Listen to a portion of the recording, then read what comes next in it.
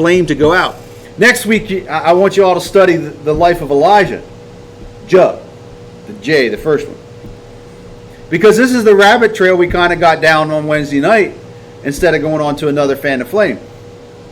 Look at Elijah's life. Elijah did many, many awesome miracles for God.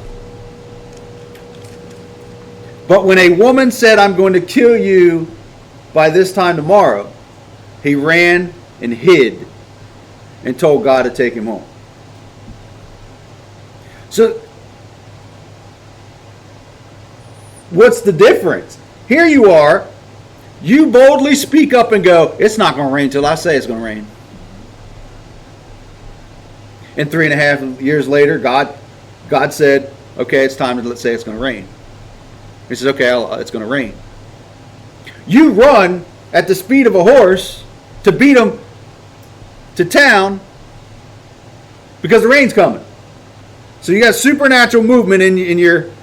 That was funny because I've started digging into it, at least in 1 Kings. That is the only time in 1 Kings where it says the hand of the Lord was on him to do something supernatural. So if that was the only time the hand of the Lord was on him, he had to do certain things to stay close to God to be able to hear and understand. See, we don't have a record of it saying, God's told me to tell you it's not going to rain till I say it's going to rain. He just said it. Now, is there behind the scenes? Possibly. Or was Elijah so close to God, he knew, and he had trust, whatever I say, I'm in tune with my God because it's a judgment on you, that he's going to back me up. That's an intimacy with God that at times I don't have. Do I have that intimacy as Elijah? Telling me, whatever I say, as long as it's in tune biblically, that I know this would be my Father's will, he's going to back me up. And then God gives him the instructions. Now's the time to say, you say, because God didn't go, I'm going to make it rain tomorrow. No, because you set the parameters up. You said it wasn't going to rain. I need you to say it's going to rain. Say it now. And then my hand's going to come upon you so that you don't get caught in the mud. And I'm going to get you to town before they get there, because they're going to say some things that I want you to say first. Then he goes to the leader of the free world. It says, have all your false prophets come, all 450 of them. I want this group of false prophets. I want this group of false prophets. Have them all there. Then again, all right, you offer sacrifice, I'll offer sacrifice. It didn't say God told him to do this. Elijah said, we are going to have this battle plan. Whoever God takes fire from heaven and wipes this out. And it's funny. He's making fun of him the whole time. Maybe your God's asleep. Maybe he's on vacation. Maybe he didn't hear you. And he's making fun of him. And then he says, okay, Lord. And you look at his prayer. He says, okay, Lord. It's basically, he goes, your turn. Send down the fire to do this. To show them that you are the true God. You are the one that is being focused on here, God. Prove to them, show them, remind the ones that may know you that you are the only true God. And he wipes them out. Then he tells the people, grab all the prophets. We got to go down by the river because that's custom, but that's where we're going to slaughter them. All 450, he wipes them out. This is where he was at. This is a man of God that was so close to God that he did these miracles. But after he did that, a messenger went to the queen and said, he done wiped out your whole priesthood. We'll send this message back to him.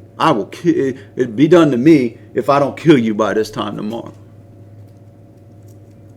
Now here's this guy that's done all these great things for God. When he gets that letter or gets that voice message from the messenger, I got to get out of here. He said, you all stay if you want, but I got to get out of here. And he went and hid. What? Why? That was my question. What happened between the miracles and the fear and the discouragement and all that. And how do we not allow that to happen to us? Because he went back and asked God to take him home. And God said, not yet. You got to anoint two. He did two foreign kings. And he said, this king I'm going to anoint to take care of this group of people. The king you're going to anoint second's going to take him out that you anointed first. And that's how we're going to set this up. And oh, by the way, you need to go find Elijah. Because he's going to be your replacement, because I really am going to take you. He's going to be your replacement because you asked to come home. Okay. He did not say to him, I got 7,000 prophets that I'm not about to need a Baal. Yeah. Do you want to reconsider? Yeah. He told him, I've got 7,000 prophets that you didn't know about. Well, and he did. He did tell him he didn't know about him, but he didn't say after that, now do you want to reconsider? Yeah. Do you find that encouraging? Right. Yep. But the funny thing is, I was remembering that, but when you study it, at least in 1 Kings, I haven't done 2 Kings to get a little more meat to the bones, but in 1 Kings, before one or two of either before the Baal or somewhere in there, I think it was Obadiah, had a conversation with him. He did. There is more than us. I hid whatever number it was, 150,000, whatever the number was. I hid prophets. We're good. There is more of us.